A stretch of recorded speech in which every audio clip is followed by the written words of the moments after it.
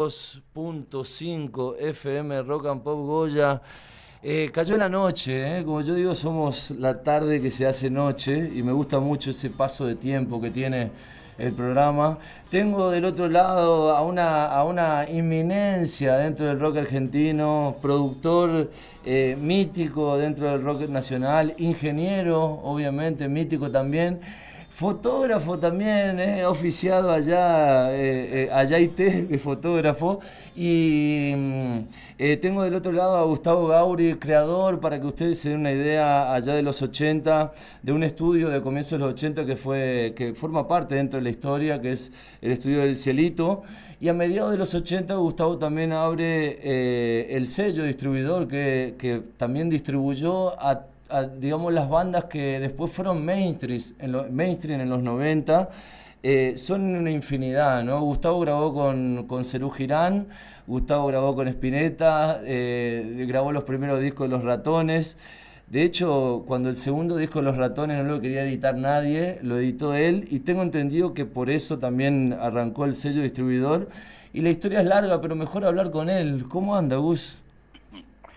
Hola, ¿cómo estás, Rafa? Tanto tiempo. Tanto tiempo, ¿todo bien? Todo bien, por suerte, todo bien, sí. Vos sabés que sé que te gusta mucho el río, seguís viviendo en San Fernando. Yo creo que con la gente del otro lado, esta conexión del río está ahí para nombrarla, por lo menos.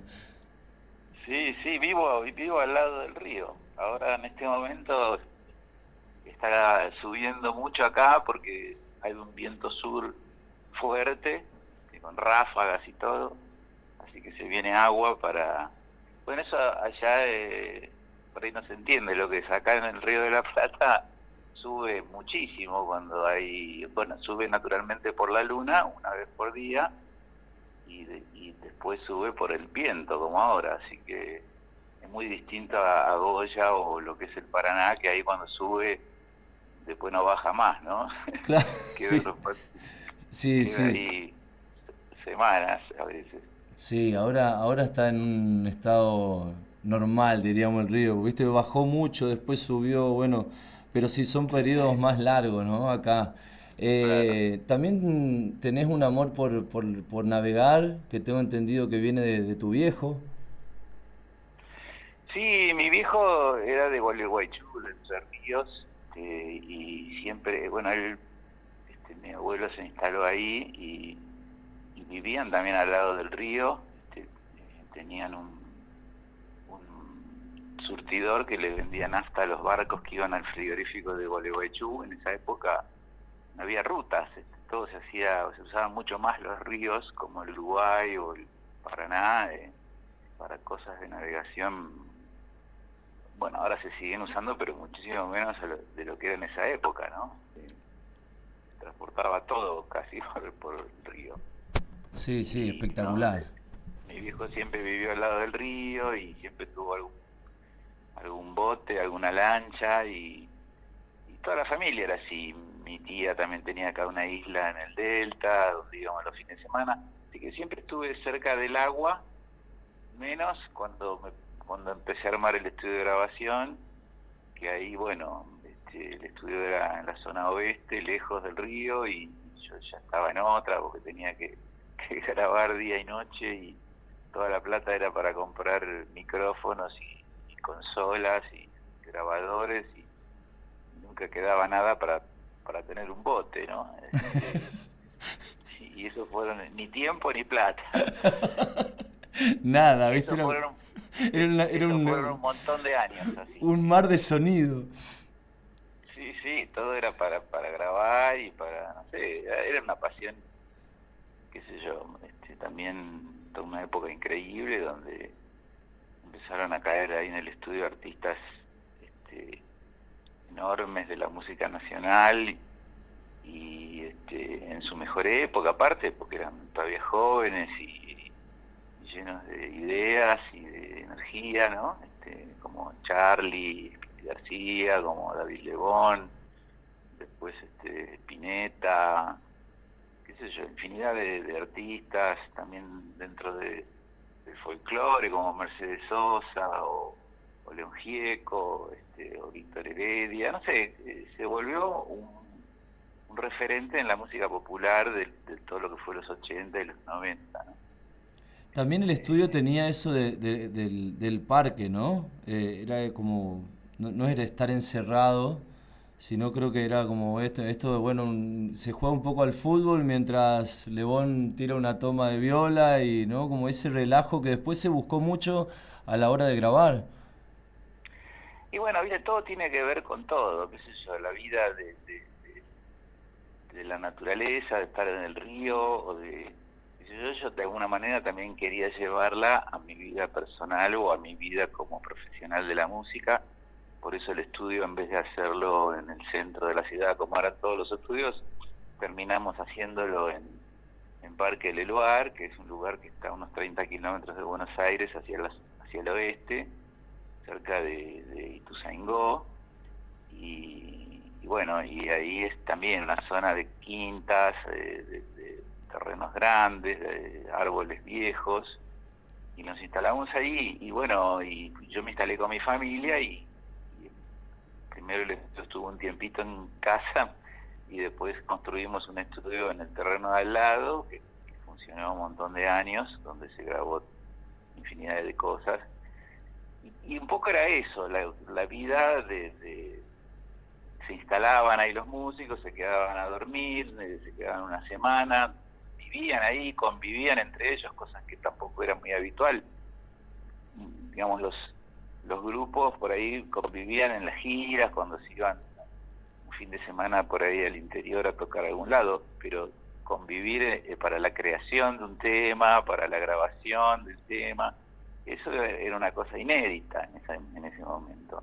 Había estudios así afuera, qué sé yo, en Europa o en Estados Unidos, pero acá nosotros fuimos los primeros que pusimos ese sistema, ¿no? De grabar como si el estudio fuera tuyo, no estar apurado como es en cualquier estudio de la ciudad, donde vos tenés hasta tal hora y después te tenés que ir porque viene otro y así. Como nos pasó en Panda. Sí, lo habitual es eso. Nosotros no trabajábamos así, trabajábamos por proyecto, o por un tiempo, por una semana, o por jornadas completas, Claro. No había un horario así de 6 horas, 8 horas, en general, ¿no? Digamos, si nos veíamos obligados a hacerlo, porque a veces ocurría, lo hacíamos, pero normalmente el sistema era otro, vos te quedabas ahí, tenías un quincho, te hacías un asado, jugabas a la pelota, había una pileta, qué sé yo, era como, parecería que todo eso fuera a perder el tiempo, pero en realidad no lo era, porque generaba la posibilidad de que, por ejemplo, mientras uno estaba cantando, todos los otros, en vez de estar molestando en el estudio, estaban afuera bañándose en la pileta, y el cantante podía trabajar tranquilo con el productor o con el técnico. Y muchas veces en los estudios pasaba eso, que no había dónde estar, ¿no? Ibas, qué sé yo, a un estudio en el centro y no tenías a dónde estar, tenías que quedarte ahí dentro del estudio, que a veces es cansador, o necesitas desconectarte un poco, tener un descanso para el oído, qué sé yo, trabajar de otra manera, ¿no? Claro. Eso fue un poco lo que impusimos en aquella época. Y Prendió, qué sé yo, se volvieron locos la mayoría. De hecho, hubo grandes tandas de discos que se hicieron ahí, qué sé yo. Spinetta hizo 6 discos, Los Redondos hicieron también 5, Los Ratones, bueno, ni hablar, la mitad de su discografía grabada ahí casi. Claro. La Mississippi también tiene muchos discos.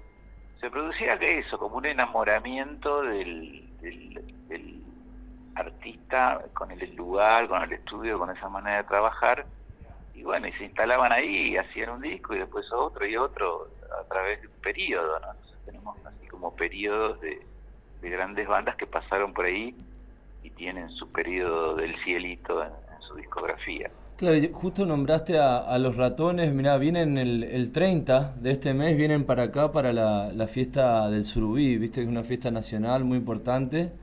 Sí. Y bueno, vos, tu historia es como sos la persona que los descubrió, que los grabó, que grabó aquellos primeros discos con tantos clásicos. Y también llama la atención como para el segundo disco de Los Ratones, Los Chicos Quieren Rock, ¿no? Año 88, digamos que por una necesidad de que nadie los podía editar, vos dijiste, bueno, me armo un sello de distribución, que después fue un sello fundamental, ¿no? Para editar lo que fue mediados de los 80 y bueno, como decíamos, todas las bandas que después fueron mainstream en los 90. Sí, bueno, en realidad nosotros hicimos todos los primeros discos, no el segundo, hicimos el primero también, Claro, el de La claro. Persiana, que ese es el primer disco de ellos. Lo que pasa es que el primer disco, o sea, yo Los Ratones me vinculé con ellos porque soy pariente del bajista, de Pablo Memi, es mi primo, es el hijo de mi tía, de la hermana de mi padre, Claro, entonces somos primos hermanos. el primo Memi. Si bien, claro, él es un poco más joven que yo, en esa época era mucho más joven. Si bien la distancia de la cantidad de años es la misma, cuando uno es joven, el primo que por ahí tiene, no sé, 5 o 6 años menos, es un pibe que uno no le da ni bola. Claro, Bueno, y con mi primo era así, que yo era más amigo, entre comillas, de su hermano mayor, que igual es bastante más joven que yo. Él, Pablo, era como un niño. Pero bueno, un día me enteré que tenía su grupo, qué sé yo, y casualmente me vino a ver, y yo ya en ese momento estaba laburando muy fuerte con Del Cielito, estaba en el medio de la gira de Ushuaia a La Quiaca, grabando con León Gieco, y tenía montones de proyectos, pero siempre había querido hacer un sello independiente, por eso al estudio le puse Del Cielito Records, porque Del Cielito Records, en realidad Records quiere decir discos o grabaciones, claro. Sí, excedía entonces, todavía la distribución, ya era un estudio que editaba además. claro, era un estudio de grabación nada más, pero yo tenía siempre la idea de producir en forma independiente. Pasa que, bueno, no encontraba el tiempo a hacerlo, siempre estaba absorbido ya por el laburo que tenía. Bueno, primero por la construcción del estudio, porque mientras grababa en mi casa, construía el estudio de fondo. Ya fueron años de mucho laburo. Y justo cuando terminó todo ese periodo, que duró más o menos unos 4 o 5 años, apareció mi primo con un cassette grabado en el garaje de la casa de mi tía, y era el Descerebrado, ¿no? El tema de Los Ratones. Uy, qué Y a mí temas. me gusta, claro, y me gustó justamente esa canción, porque, o sea, en el año 85, 84, acá lo que estaba de moda eran, qué sé yo, las viudas e hijas de rock and roll, Virus, había como una movida mucho más pop, más alegre, más colorida. Miguel Mateo Sass, empezaba a aparecer Soda Stereo, qué sé yo. Y aparecen estos pibes, viste, con esa letra de Cerebrado, por la calle voy, sin saber quién soy, viste, y me parecía que pintaba muy bien una historia de un drama así medio adolescente del pibe que no del pibe que está feliz y que baile, que va a la discoteca, sino del otro, del que no encaja. Claro. Y me gustó eso, entonces, qué sé yo, me parecía que era bueno un grupo para los que no encajan, ¿viste? Y bueno, qué sé yo, pero nada, yo tampoco tenía mucho para ofrecerles, porque yo no tenía organizado un sello ni nada. Entonces, bueno, después de algunas grabaciones que hicimos y demos y que yo fui mostrando y qué sé yo, al final nunca les pude conseguir un contrato, y justamente porque hacían algo que no estaba de moda, y vos cuando vas a buscar un contrato siempre quieren lo que está de moda. Es difícil que quieran lo que va a estar de moda. No, No quieren apostar. no la ven. Entonces, no la ven, exacto. Entonces, bueno, qué sé yo, el tiempo fue pasando, y al final me tropecé con la posibilidad de ir a esta distribuidora, a DBN, la distribuidora Belgrano, y a ellos les gustó el proyecto, qué sé yo, o sea, yo lo que les llevaba era el disco terminado, en definitiva, ellos tenían que fabricarlo, pero como yo no tenía un sello, me derivaron a un sello que ellos distribuían, que era Umbral. Y así salió el primer disco de Los Ratones por Umbral, Pero al poco tiempo se desvinculó Umbral de la distribuidora y yo me quedé ahí con los Ratones, entonces relanzamos ese disco como del Cielito Records. Ah, Y ok. así, bueno, medio como de casualidad nació o salió el proyecto de hacer el sello, ¿no? Apareció la oportunidad, por así decirlo. Entonces se armó, qué sé yo, y después sí, salió esta primera reedición, y después ya el segundo disco y el tercero sacamos del Cielito Records, y después, bueno, ellos se fueron ya a CBS, que después fue Sony, pero igual seguimos vinculados hasta el día de hoy, qué sé yo. De hecho, el último disco solista de Juanse lo grabé yo y lo produje yo, hace ya un año y medio. Pasa que ¿Hablás bueno, con el del disco con Papo? ese también, no, uno que salió después, que lo que pasa es que ni por ahí solo los fans se enteraron porque quedó tapado con la historia de la reunión de los Ratones Paranoicos, en definitiva, ¿no? O sea, es un disco que se llama Efata, Ah, mirá. que son Sí, todos temas nuevos. sí, sí, Buscás sí. Efata en las redes y está, Sí. en las tiendas digitales está. Lo que pasa es que Juanse, no, digamos, no le hicimos difusión. Juanse estaba totalmente abocado a la reunión de los Ratones, que ya lo lleva casi hace más de un año que está con eso. Y entonces, bueno, el disco salió porque él le debía un disco a una distribuidora que se llama The Orchard, y, y bueno, tuvo que cumplir con ese contrato y me llamó y hicimos la producción, qué sé yo, y entregamos ese disco. Pero bueno, creo que recién ahora este año él está pensando incluir ese repertorio en sus shows y eso, ¿no? Ahora cuando paren los Ratones, ¿no? Claro, sí, sí, que fue una vuelta, bueno, larga. Fíjate que llegan a Goya, ¿no? Llegan a Goya ahora y todo este Sí, sí, no año. terminan más, no Sí. terminan más de despedir. Bueno, como vos decís, seguís vinculado a la familia Paranoico. Pablo Memis, tu primo. Bueno, sos del Riñón, obviamente de ahí. También sos del Riñón de Los Redondos, podemos decir, Gus, porque bueno, grabaste Bam Bam está liquidado. Y con el sello distribuyeron.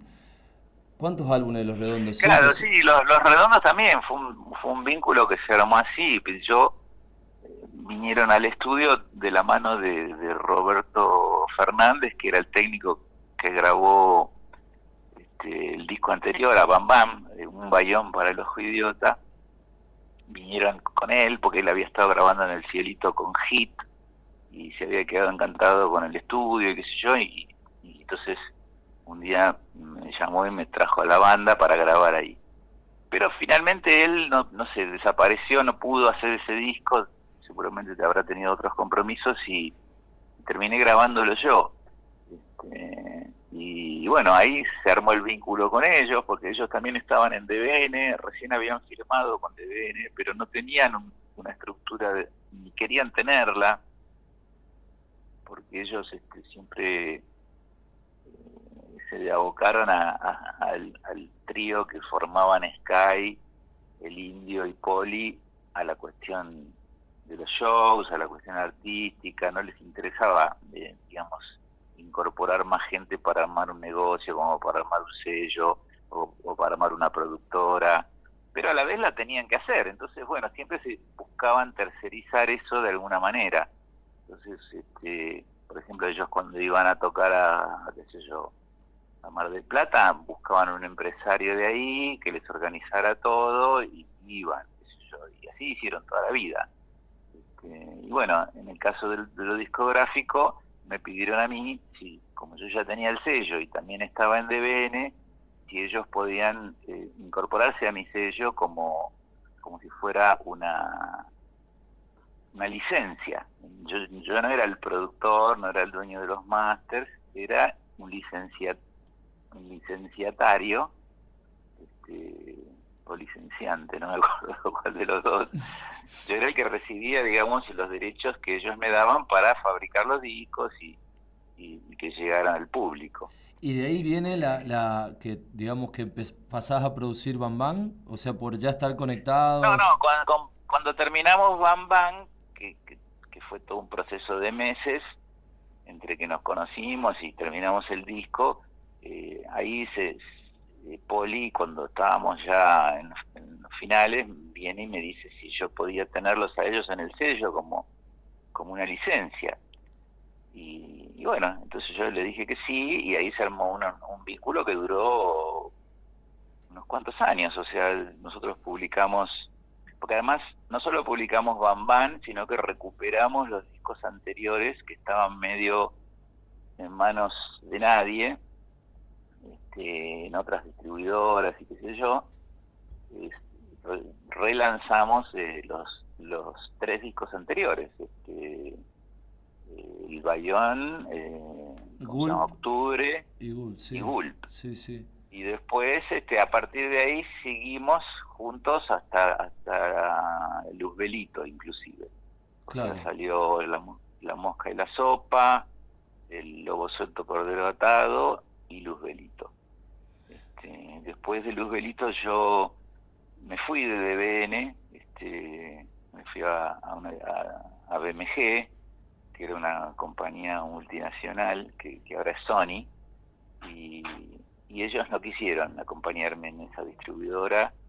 Entonces nos abrimos y ellos ahí armaron el sello Patricio Rey, con el que sacaron sus 2 últimos discos, Momo Sampler y el otro, el Bondi, esos 2. Y después, bueno, se separaron y ahora toda la discografía de ellos la tienen así con ese sello que armaron Patricio Rey. Claro que ahora tienen mucho más tiempo para ocuparse porque ya la banda no funciona, no tocan, no graban. Claro, eso es gran parte de la ocupación, ¿no? Ordenar un poco la casa ahí, que bueno, como vos decís, le ayudaste también a ordenar esos discos anteriores. Me gusta esa anécdota de la mezcla, ¿no? De Bam Bam, que primero medio, no sé si te vetan la mezcla, los redondos, pero la dejan medio en stand-by, le dan a mezclar a otro ingeniero y después la negra Poli te dice, che, Gus, porque vos lo distribuías, a ti sí te dice, che, Gus, vamos a distribuirlo, pero poné tu mezcla, ¿no? Sí, sí, hubo ahí una cosa, un ida y vuelta. Sí, no sé, fue raro porque yo, qué sé yo, como yo no los conocía a ellos, ni los había escuchado mucho, qué sé yo grabé, ¿te acordás? Con tu banda, con Los los paquidermos, paquidermos. claro. Bueno, y yo no te conocía a vos en el estudio. Fuimos al ensayo, escuchamos los temas, hubo una mínima preproducción, o llamarlo como quieras, hasta que nos metimos a grabar. ¿Fue así o no? Sí, además nos juntamos a hablar y porque viste que hay mil formas de grabar, entonces decir, bueno, ¿cómo encaramos esto, no? Sí, sí, sí, me acuerdo que yo fui a un ensayo y escuché poco y charlamos. Bueno, eso es lo mínimo que podés hacer. Lo ideal es ir a varios ensayos o tener una grabación de un demo y conocer las canciones que vas a grabar. Eso es lo que normalmente yo hago o haría en cualquier caso. Pero ahí no tuve esa posibilidad porque yo la heredé esa grabación, la iba a hacer Roberto Fernández y a último momento los redondos me llaman y me dicen si la podía hacer yo porque Roberto había desaparecido, no había ido a los ensayos, qué sé yo. Entonces, bueno, yo encima no era un cazador de talento, yo estaba todo el día encerrado en el estudio y escuchaba las bandas que grababa, no tenía tiempo de ir a los boliches a ver los grupos, ¿viste? No me daba la cabeza. Entonces sabía que existían los redonditos de ricota, los había escuchado alguna vez por la radio, pero eso era todo. No era, nunca los había visto en vivo ni me había dedicado a escucharlos. Entonces, bueno, de repente verme de un día para el otro tener que grabarlos fue todo un desafío porque, qué sé yo, me tuve que inventar la historia. Entonces, de acuerdo a cómo eran las canciones y la personalidad de ellos, o como yo me los imaginaba, porque ellos eran como unos tipos muy herméticos, aparentemente, digamos, la fama que tenían era que no le daban bola a nadie, que no tenían invitados en sus discos prácticamente, o sí, pero los invitados nunca eran músicos de rock, grababan en estudios que por ahí no eran los habituales tampoco del rock. Eran como medio misteriosos, no se los veía mucho por, por el ambiente en las fiestas o en los boliches, qué sé yo. Entonces, un poco que yo me los imaginaba así, unos tipos oscuros, medio antipáticos, que no le daban bola a nadie, y el indio con esa manera de cantar así hard, viste, la voz bien comprimida, qué sé yo. Entonces, bueno, me fui con el sonido para ese lado. Además, los temas era como que invitaban a eso, porque eran medio marchas. Hay un par que parecen marchas militares, directamente. Sí, sí, son bien épicos, ¿no? Bien épicos y un sonido bien Claro, crudo, ¿no? claro. Entonces yo me imaginaba un sonido crudo, pero a la vez ambiental, pero no ambiental desde las cámaras, sino desde los micrófonos, o sea, tomar el ambiente, un sonido así como de garage, ¿viste? Duro y estridente, y me parecía oscuro, ¿viste? Tiene mucha compresión, qué sé yo. Entonces me fui para ese lado directamente desde la grabación inclusive. Y ellos aparentemente les gustaba, no decían nada, porque estaban más abocados, tenían muchos temas, bueno, la mayoría de los temas eran nuevos, de hecho hubo un par que los terminaron ahí, y entonces estaban abocados a eso, ¿viste? Vos como músico lo sabés, estás en el estudio y no le das bola al sonido, estás pendiente de que esté afinado, de cómo es la interpretación, del tempo, de la pulsación de tu instrumento, ese es digamos, lo que estás prestándole atención, y no al audio, por llamarlo de alguna manera. O inclusive a la mezcla, qué sé yo, vos estás ahí y hay un instrumento que ni se escucha y no vas a ir a decir al técnico, che, no escucho, no sé qué, es raro, de las mezclas en general en medio de una grabación son como desordenadas, porque por ahí vos lo que estás escuchando muy fuerte es el instrumento en el que estás trabajando en ese momento, por ahí estás pinchando un bajo, entonces tenés el bajo al mango, y por ahí hay cosas que ni se escuchan, qué sé yo. Eso, sumado al cansancio, a estar horas y horas dentro del estudio, era como que el sonido era lo menos importante en ese caso para ellos. Pero para mí sí, yo le estaba dando bola y estaba creando ese sonido así cavernoso, ¿viste? Claro. Entonces cuando empezamos a mezclar, yo seguí en ese mundo, ¿viste? Y hice una mezcla que suena así. Claro. Y ellos se ve que no se sintieron raros, porque no era como muy distinto a lo que venían haciendo, ¿no? De hecho, vos escuchás los discos anteriores y en general suenan como bastante limpitos, prolijos, viste, inclusive las guitarras de Sky ni siquiera suenan muy rockeras, es un sonido más tipo Knopfler de Dire Straits, viste. Claro. Entonces, qué sé yo, no, era como que esto era demasiado novedoso para Está como ellos en mismos. pie de guerra el audio, ¿no? Del disco.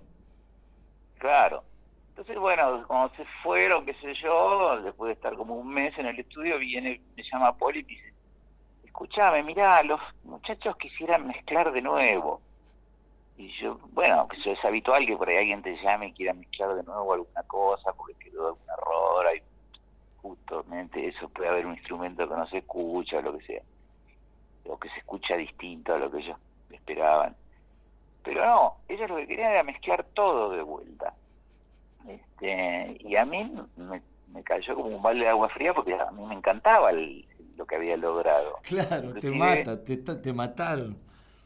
en ese interín, en los días que desaparecieron, cuando el estudio, yo se lo hice escuchar a algunos amigos, que sé yo, músicos, y todos me decían que estaba buenísimo, inclusive hasta algunos me llamaron después, me decían, che, qué bueno lo que me hiciste escuchar, bueno. Y llaman a este tipo para hacer la mezcla de nuevo, viste, yo me quería matar, entonces como además eso me generaba una inseguridad tremenda porque no iba a saber ni por dónde empezar, viste, qué sé yo. Claro. Viste, levanto el fader del bombo y le gustará este bombo, ¿cómo será el bombo? Yo no puedo laburar así, ¿entendés? Yo puedo proponer un sonido ¿viste? Y después corregir sobre eso. Ahora, si el sonido que yo propongo no te gusta de ninguna manera, entonces no sé, lo ideal es que lo mezcle otra persona, porque si no es muy difícil, ¿viste? Sí, es como volver a Y nacer, ¿viste? No, no, que lo es haga otro. imposible, qué sé yo, ¿viste? No sé, como decir, no sé, ¿viste? Yo lo veo verde, no, pero si es azul, ¿entendés? Claro. ¿Cómo haces para a laburar así?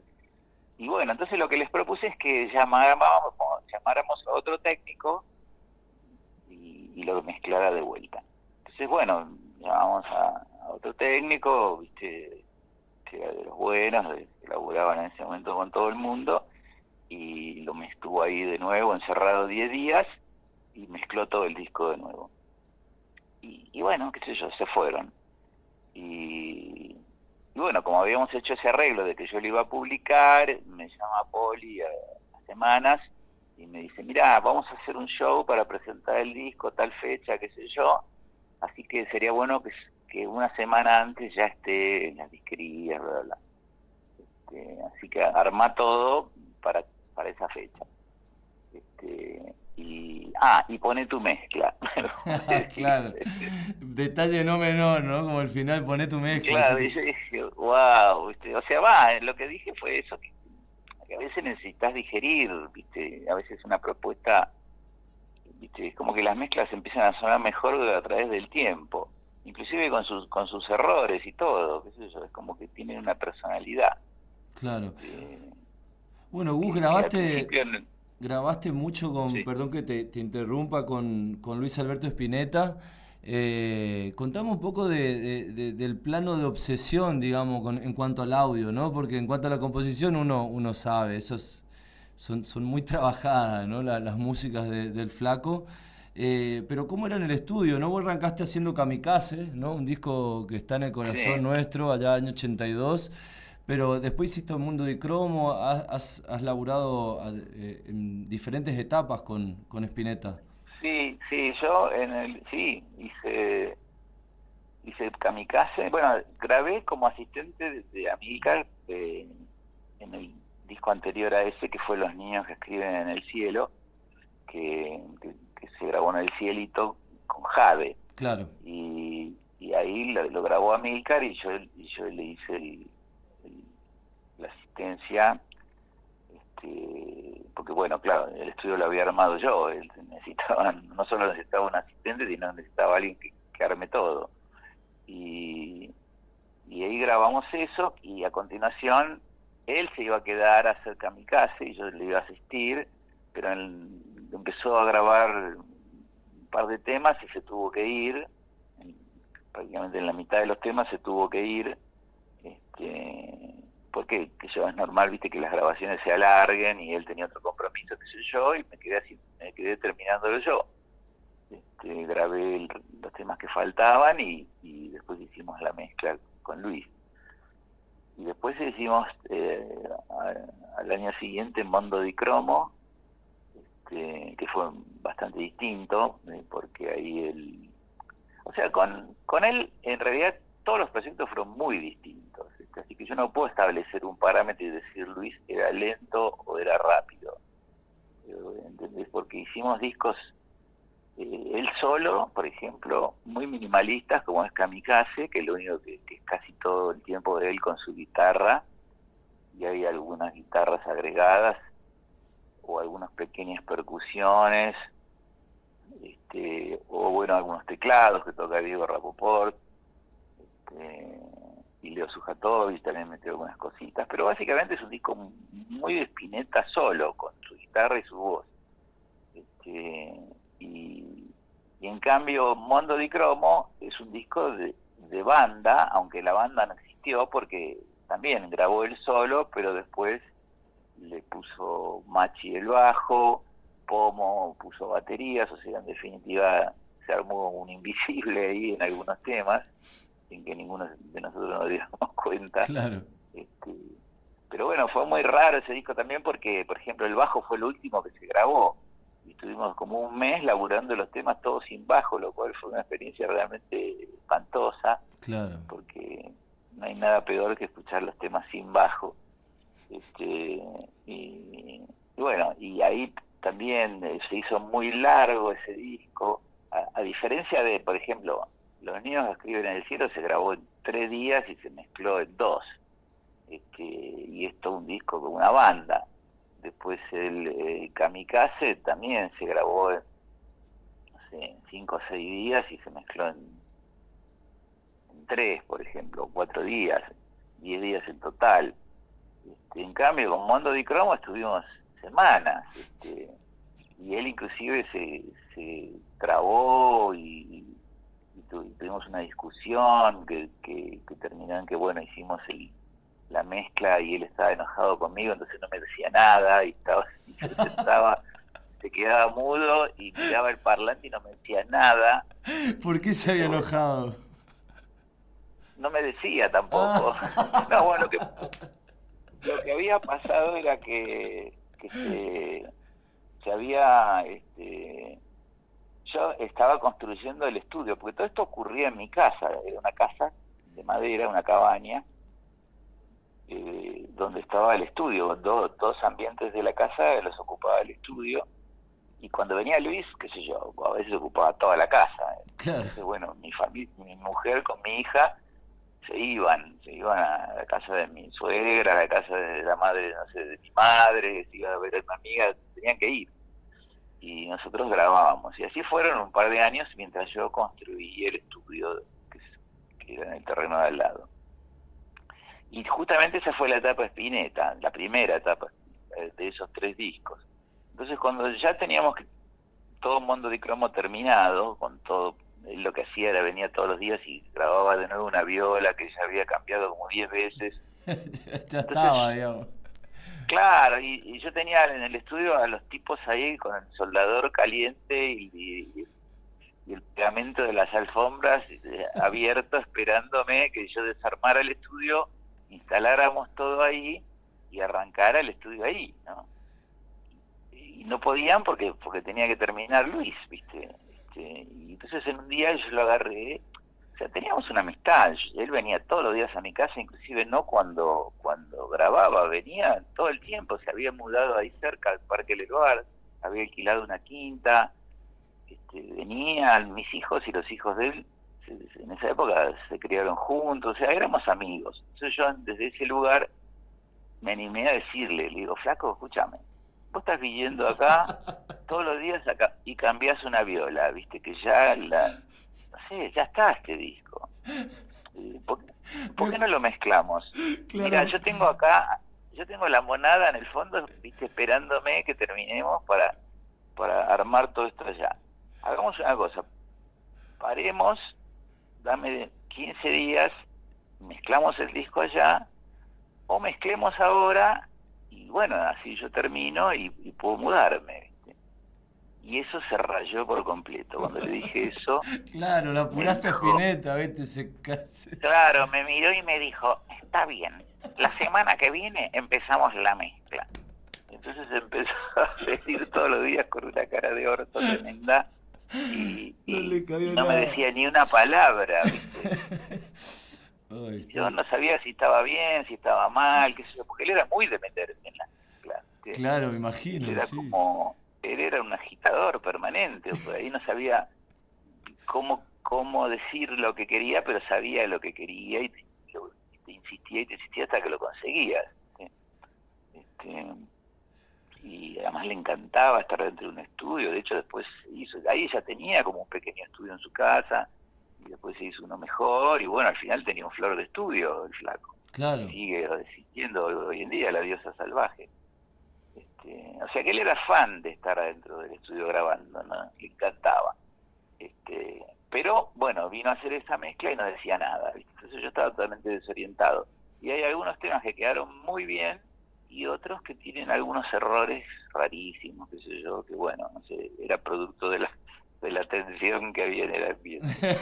Así que no sé, viste, las mezclas con él siempre fueron distintas. Después, bueno, ahí no nos vimos más, se enojó, qué sé yo, después tuvimos algunos días, bueno, no hace falta que entre en detalles, pero tuvimos como un par de años donde él se fue a grabar a otro lado, hizo otros discos, como Privé, Bajo Belgrano, etcétera. Claro.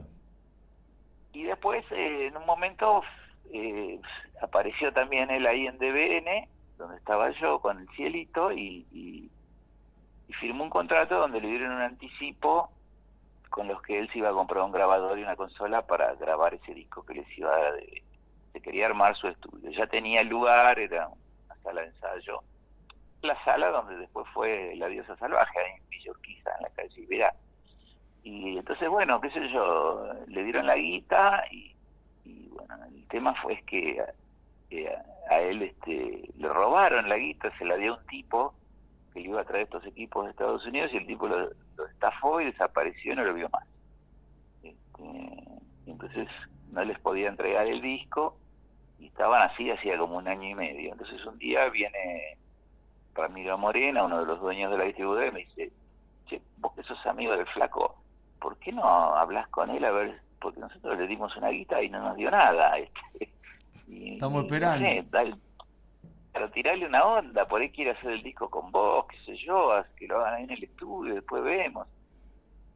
Entonces, bueno, yo lo llamo a Luis, viste, con el que no había tenido más contacto, y le digo, ya flaco, me enteré que tenés este quilombo con DBN, bla, bla, bla, ¿por qué no venís a conocer el estudio? Viste, si te gusta puedes grabar ahí, después, no sé, arreglamos, me pagás, cuando tengas plata, me pagas.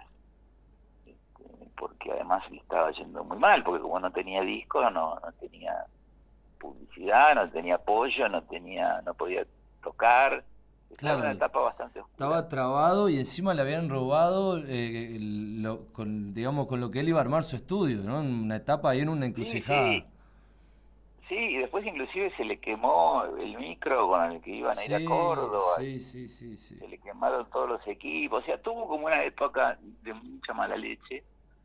Entonces, bueno, ahí aparecí yo y le ofrecí una salida, que obviamente él aceptó porque viste, vino y le gustó el estudio, qué sé yo, pero me dijo, mira, hagamos una cosa, yo en vez de quedar endeudado con vos, en vez de, no sé, pagarte, preferiría que hagamos estos discos, hagamos 3 discos juntos en sociedad para DBN, que es lo que dura mi contrato con DBN. Y así fue como retomamos la relación y vino a grabar Tester de Violencia Uy, y yo lo tremendo, mezclé, tremendo, me paro, lo aplauso, grabó, aplauso. lo Tremendo. grabó Mariano López y yo lo mezclé, que también es un caso y a la vez es totalmente otro mundo con respecto Sí, a lo que habíamos hecho antes, con Mondo, con los niños o con... Es como de Spinetta, viste, había cambiado un montón, él un tenía otra montón. banda, qué sé yo. Y después hicimos Don Lucero, que viene en esa misma línea, que bueno, ahí yo solamente fui el productor porque lo hizo todo Mariano, ese disco, López. Y el último que hicimos juntos fue Exactas, que fue un disco en vivo, que lo grabé yo y lo mezclé yo. En la Facu de Eh, Derecho, ¿no? De ese show. claro, en la facultad, en la auditorio de arquitectura, sí. Mm. No, de derecho no, de De arquitectura. arquitectura, mirá, mirá.